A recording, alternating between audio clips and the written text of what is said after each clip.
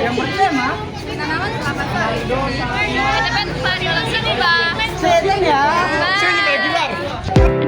Ikuti terus keseruan kami menuju ke PTPN 4 Dolong Sinumba.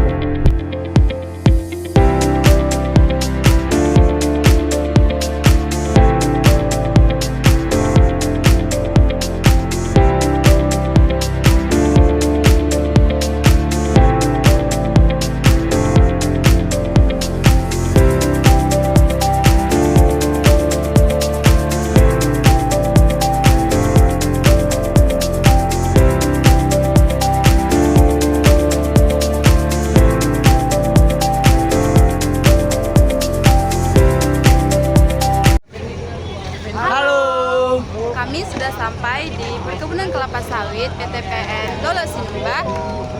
Stay tune ya. Sekarang kita akan menuju ke Efling 2 yang dimana dilakukan kegiatan penanaman kelapa sawit.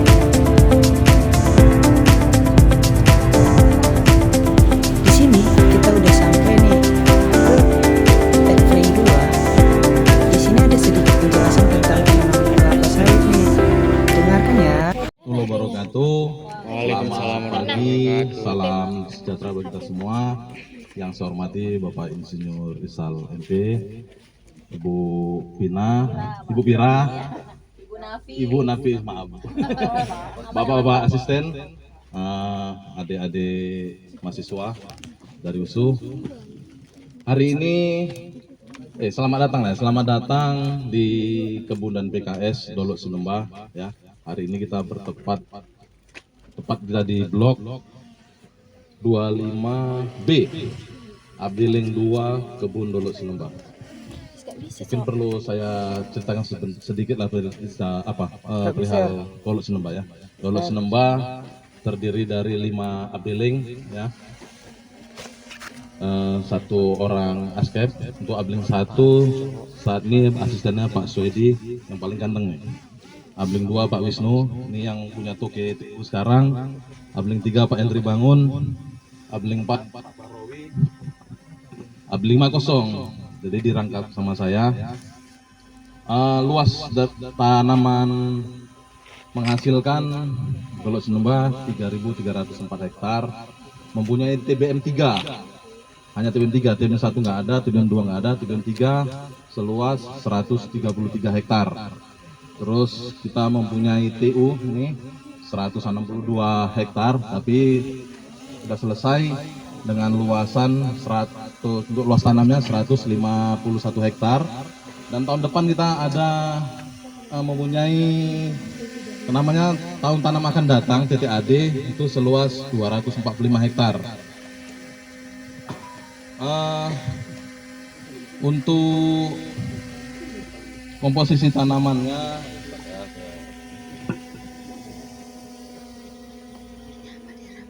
kalian ini jangan merasa kepanasan, nanti kalian kerja pun panas gini. Apa yang masuk ke pertanian kok takut panas? Ekonomi, sastra. Mempunyai 8 ton tanam ya.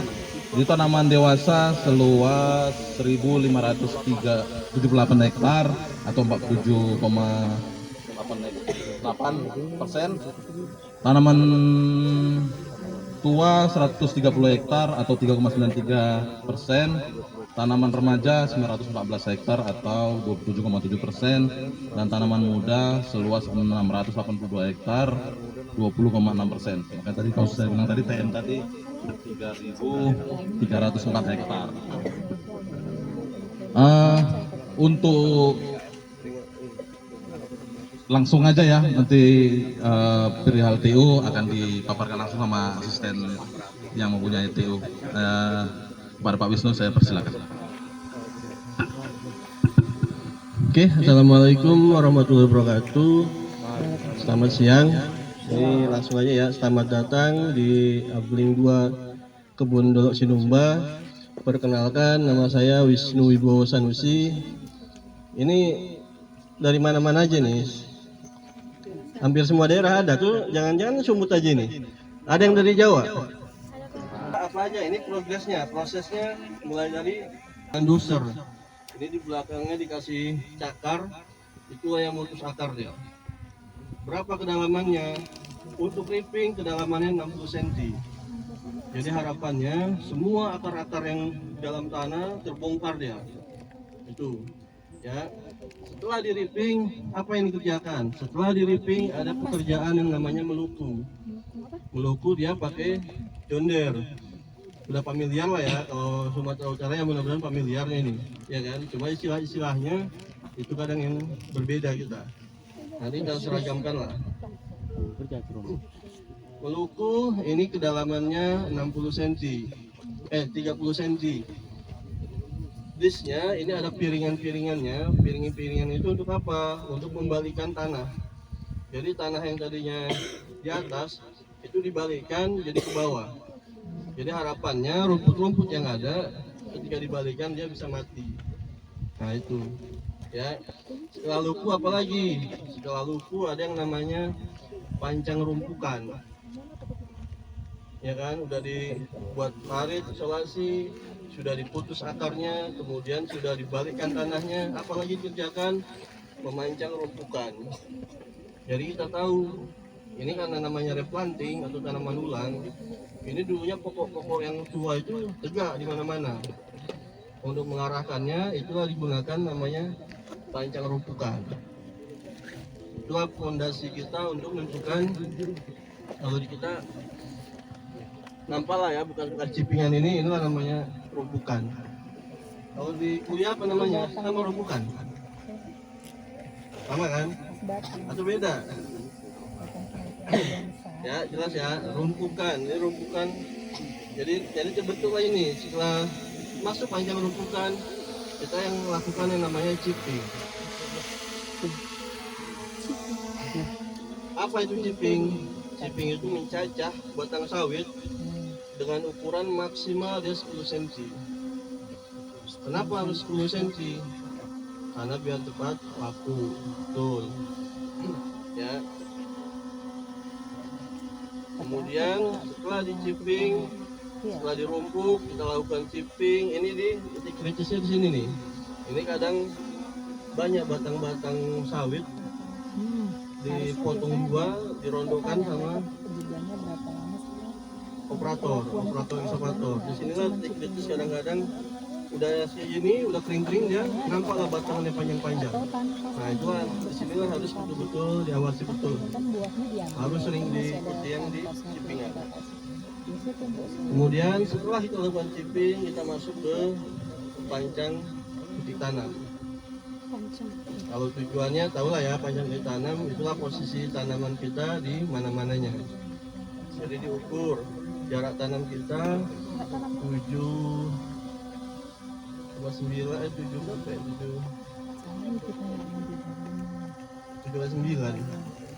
LLC kok. Oke, lanjut dulu nanti ya.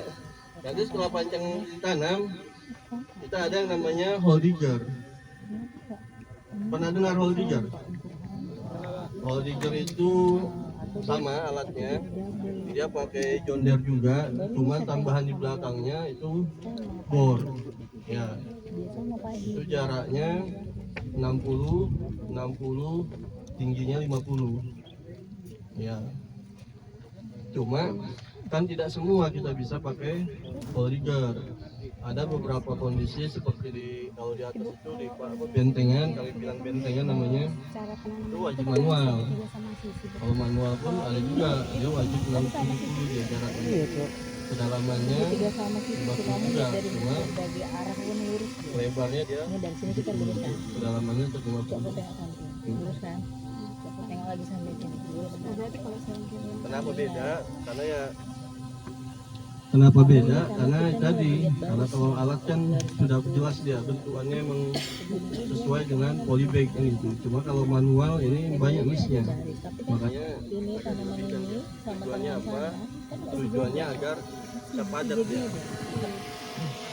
Jadi ketika ditanam nggak doyong-doyong dia, dipijak langsung jadi. Nah kemudian setelah hole digger itu kita mulai ada yang namanya penanaman MB. Nah tapi penanaman MB kita mulai dari bibitan. Jadi bibitan ada MB tahu kan? Nggak tahu Pak. Ada yang tahu singkatannya MB? Apa? Kayak tanaman. Itu yang kau bilang. Tanaman.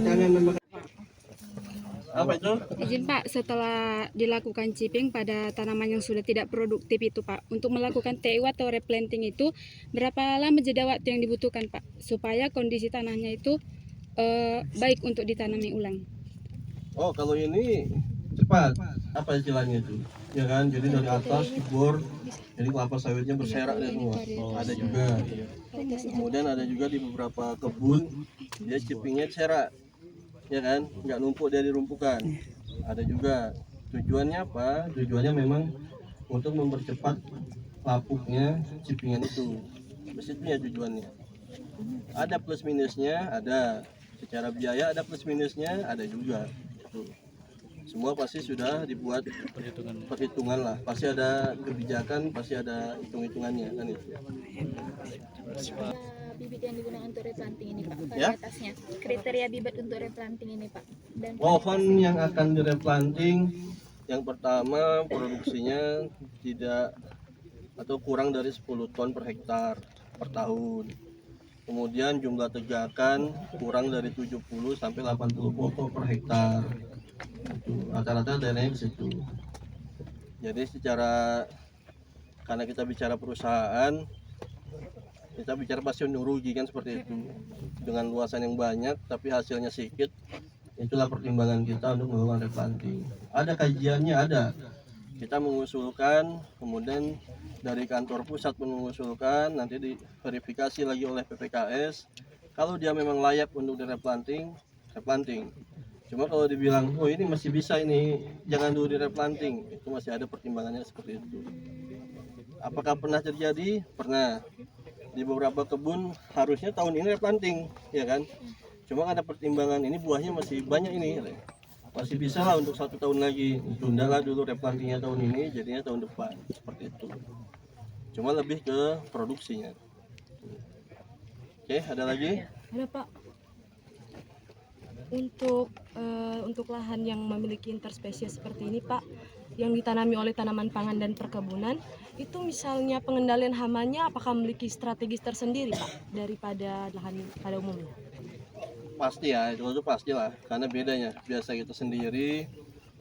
Cuma ini ada tanaman jagung di sini, otomatis jagung kan punya musuh beda sama sawit kan itu. Cuma kalau untuk sawitnya, kita untuk hama penyakit ada 2 yang kita kerjakan, yaitu apogonia sama orites. Nah itulah yang pengendalian kemisnya. Di luar itu apa? Di luar itu ya ada juga, entah memang ada di beberapa lokasi mungkin ada serangan tikus, itu bisa juga. Karena sawit muda ini banyak musuhnya. Mulai dari tikus, kemudian ada orites, ada monyet, ada landak. Itu dia, bervariasi dia.